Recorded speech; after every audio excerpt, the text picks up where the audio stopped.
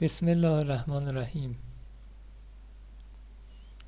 ما امروز میخوایم در مورد شمار نزول سوره ها و اینکه چگونه از تحریف حفظ شدن صحبت کنیم. برای این کار اول باید این متوجه بشیم این جدول از کجا به دست اومده. این جدول بر اساس آیه 3 سوره فجر،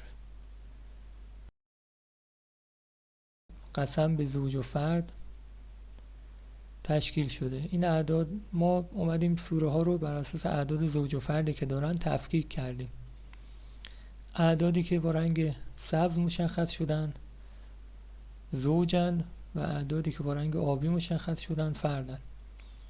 و از این جدول متوجه شدیم که مجموع 57 سوره‌ای که جمعای زوج دارن برابر میشه با تعداد آیات قرآن و مجموع 57 سوره‌ای که جمعهای فرد دارن، مجموع این 57 جمع فرد برابر میشه با مجموع شمار سوره های قرآن. و متوجه شدیم که سوره ها تو دو گروه 30 سوره‌ای و 27 سوره‌ای قرار میگیرن که بر اساس این آیه است. اینم آیه 49 سوره ذاریات معنیش میگه و از هر چیزی دو جفت آفریدیم، باشد که شما پند گیرید. یه جفت 30 سوره‌ای و یه جفت 27 سوره‌ای. این قانون دو جفت تو خیلی از جاهای قرآن استفاده شده. خب حالا میریم جلوتر تا متوجه بشیم. میریم ببینیم شمار نزول سوره ها چجوری حفظ شده. دقت کنید دوستان، شمار نزول سوره ها بر اساس برابر شدن دو قسمت با هم، مجموع اعداد دو قسمت با هم از تحریف حفظ شده. ما 57 سوره داشتیم که جمعاشون فرد شده بود. حالا به جای جمع ها ما شمار نزول رو توی این سوره ها گذاشتیم. جمع ها رو برداشتیم و شمار نزولشون رو گذاشتیم برای هر سوره. مجموع شمار نزول 57 سوره‌ای که جمعاشون فرد شده بود برابر میشه با 3505. یعنی این اعدادی که با رنگ سبز مشخص شده، مجموع این اعداد میشه 3505. از طرفی تعداد آیات این گروه 30 سوره‌ای با تعداد آیات سوره های مکی این قسمت 27 سوره‌ای و شمار سوره های مدنی این گروه 27 سوره‌ای دوباره مجموعش میشه با 3505 که با هم برابر میشن. یعنی سبزها با زردها برابر میشن. و از طرفی شمار نزول 57 سوره‌ای که جمعاشون زوج شده بود مجموعش میشه 3050 که با شمار سوره این گروه 27 سوره‌ای و شمار سوره های مکی این گروه 27 سوره‌ای و تعداد آیات سوره های مدنی این گروه 27 سوره‌ای دوباره مجموعش برابر میشه با 3050. یا راحت تر بگیم صورتی ها برابر میشه با آبی ها که این دو قسمت مکمل همدیگن و مثل پازل همدیگر رو حفظ کردن.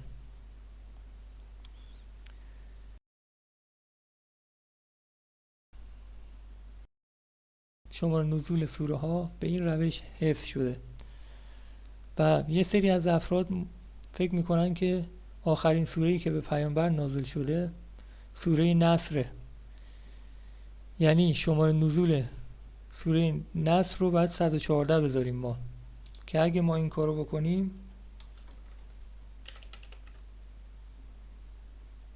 مجموعش به هم میرزه، این دوتا با هم برابر نمیشن.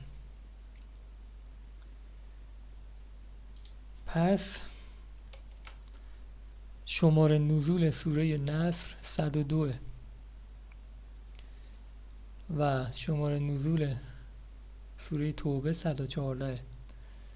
این یکی از روش‌هایی بود که شمار نزول ها از تحریف حفظ شده.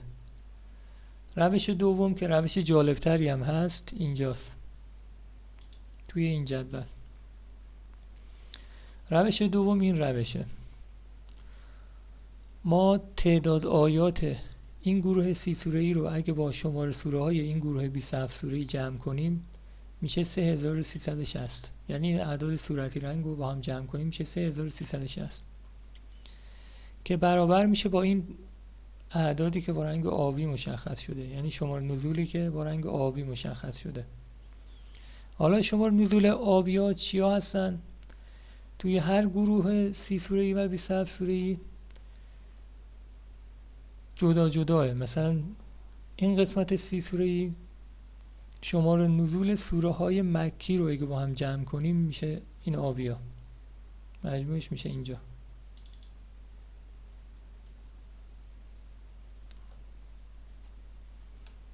از طرفی شمار نزول سوره های مدنی این گروه 27 سوره‌ای رو هم آبی کردیم، یعنی جمع کردیم با این آبی ها.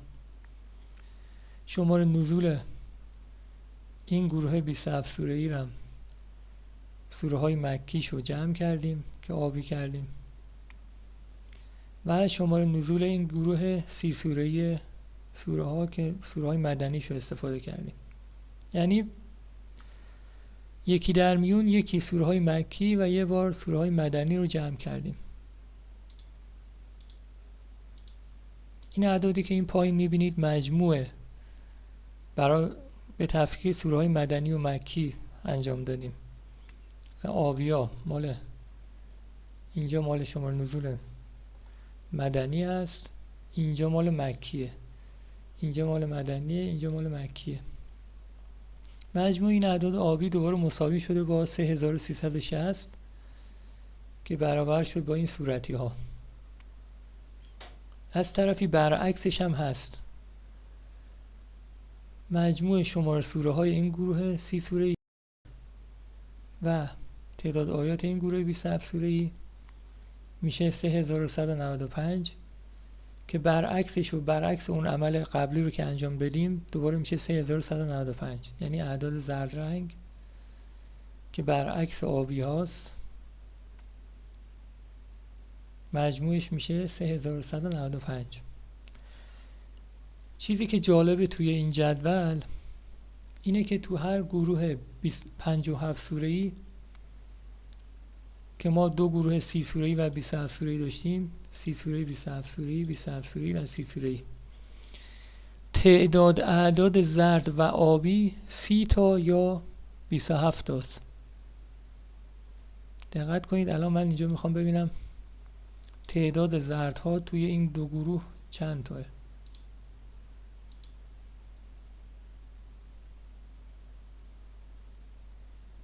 میام اینجا میزنم fx رو میزنم، میخوام بشمرم تعداد اعداد زرد رنگو اوکی میکنم.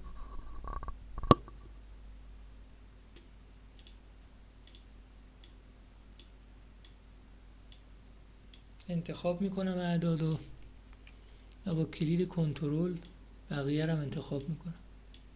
کل زردا رو انتخاب میکنم. من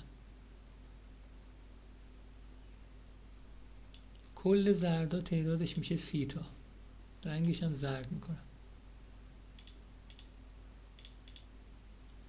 پس تعداد زردهای این گروه شد 30 تا. حالا تعداد آبی ها رو میخوام بشمرم.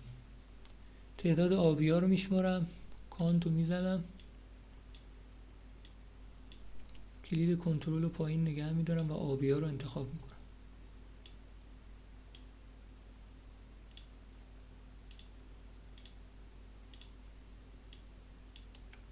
و اوکی میکنم. تعداد آبی ها هم شد 27 تا.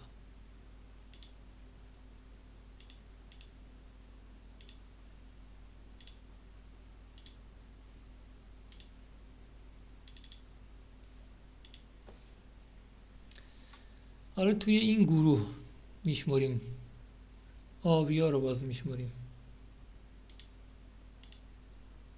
آبی ها میخوام ببینم چند تاه. fx رو میزنم، کانت رو انتخاب میکنم، اوکی میکنم و کلید کنترل پایین نگه میدارم و آبی ها رو انتخاب میکنم.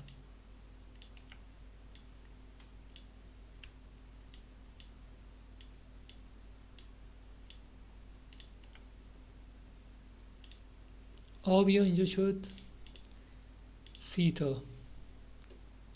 حالا زردا رو میخوام ببینم بشمارم ببینم چند تا تو این گروه 57 سوره‌ای که جمعشون فرد شده بود. کانت رو انتخاب میکنم و زردها رو انتخاب میکنم، با کلید کنترل پایین نگه میدارم.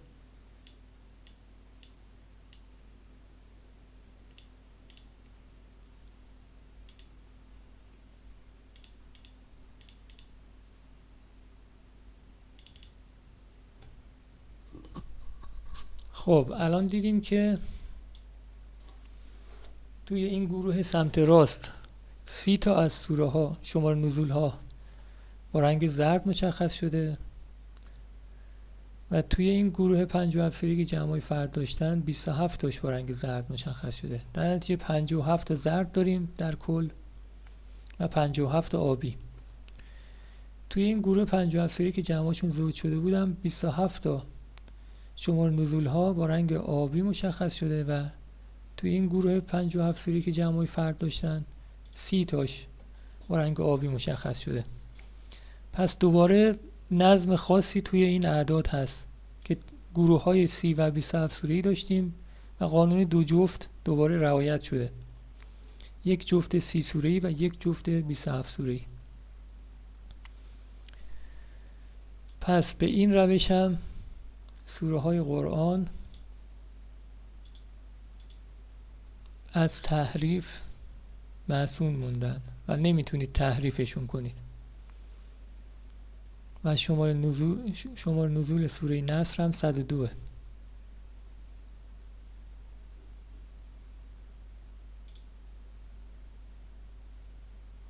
این دو روشی بود که من متوجه شدم و براتون توضیح دادم. امیدوارم براتون مفید باشه.